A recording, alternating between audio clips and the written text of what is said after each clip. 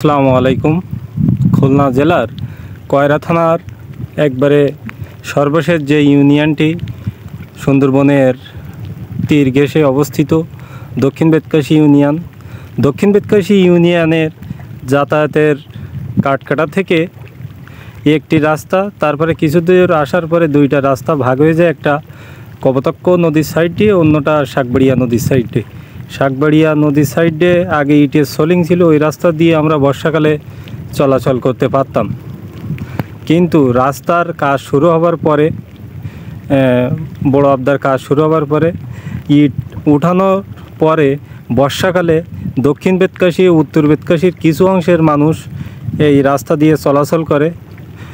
দক্ষিণ বেতকাশী ও সুন্দরবনের যে মাছ, সুন্দরবন থেকেও দক্ষিণ বেতকাশী ইউনিয়নের মানুষ যে মৎস্য চাষ করে, এই মাছ সব কয়রায় যাতায়াত নিয়ে যাওয়া হয়। কিন্তু রাস্তার অবস্থা খারাপ, এই জন্য এই মাছগুলো নিয়ে যাওয়া হচ্ছে বোটে।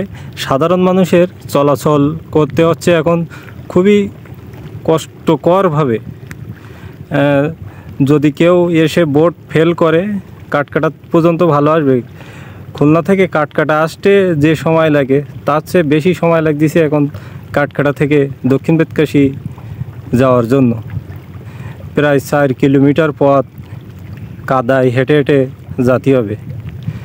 যদি রাস্তাটা দ্রুত কাজ শেষ হয়ে যায় বা যে কোনো একটা রাস্তার এক পাশ দিয়ে যদি এটি সোলিংটা হয়ে যায়, তাহলে মানুষের এই কষ্টটা দূর হয়ে যাবে।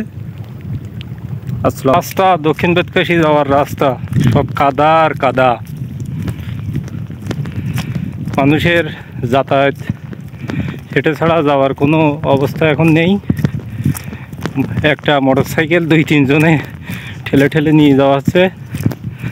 মোটরসাইকেলের আগে যেতে পারবেন যদি হেঁটে যান। সব কাদা কাদা একবারে সব ভর্তি হয়ে গেছে। এই দুইটা রাস্তার থেকে যদি একটা রাস্তা সোলিং হয়ে যেত, তাহলে আর মানুষের এত কষ্ট হতো না।